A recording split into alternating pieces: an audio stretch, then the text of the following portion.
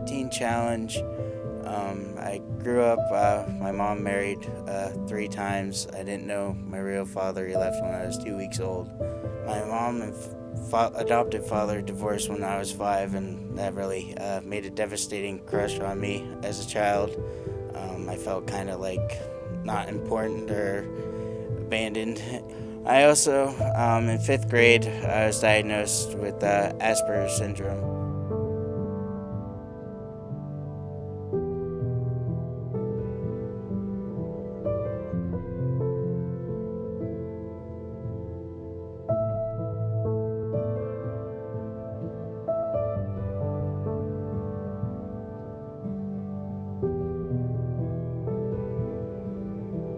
After high school, my grandpa ended up passing away in Florida, and that's kind of where things took a deep turn because I was close to him. I ended up catching a possession with intent to deliver in 2011 living with my grandmother, and I got sentenced to 9 months to 2 years minus a day and 2 years probation. I got out Thanksgiving of 2011. It was actually Thanksgiving Day, and it was a girl I kind of already knew, but I was in a relationship before I went to jail, and I was with her till January of 2017, where of course my ending drug of choice was with methamphetamine. Made me lose the house in the relationship.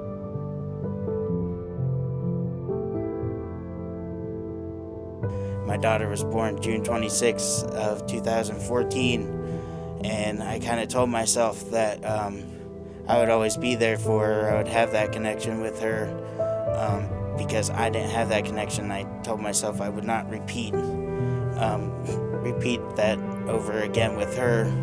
But unfortunately, getting off probation, I started smoking marijuana again, and eventually ending meth that pulled me away from all family ties and the things that I said I would do.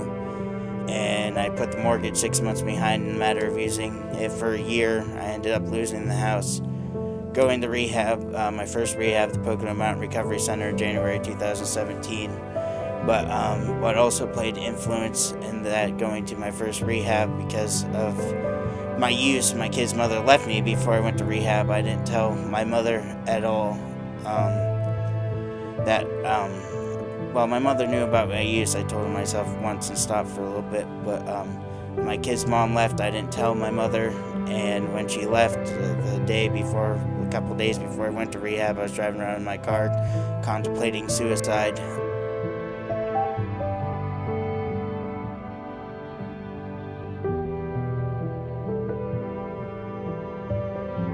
Since my first rehab, I went in and out of recovery house in Pittsburgh.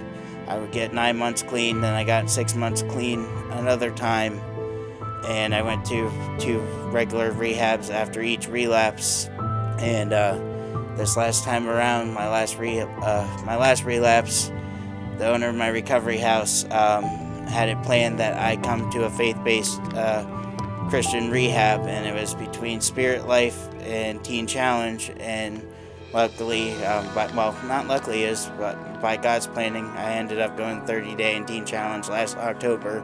I made the decision to come to the year-long program because I was tired of doing the same things over and over again.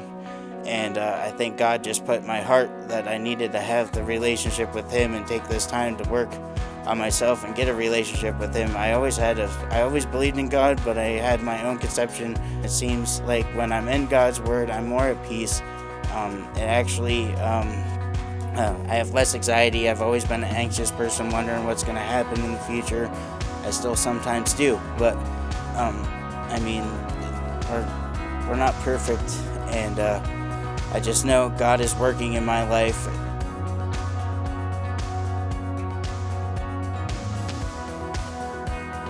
Plans for graduation.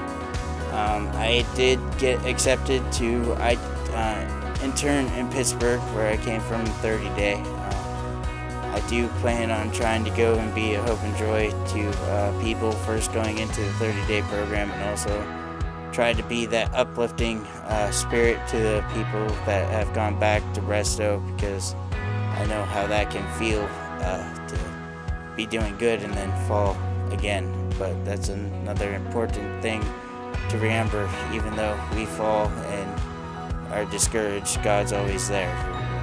We might run away on Him, but He's never going to leave.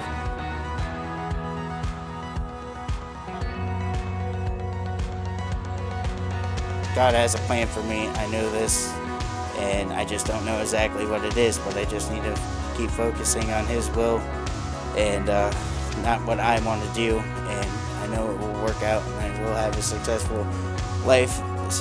And I just hope I'm an encouragement to people to keep going on through the program and not give up and not lose hope. And I don't know, this just has been an amazing experience for me.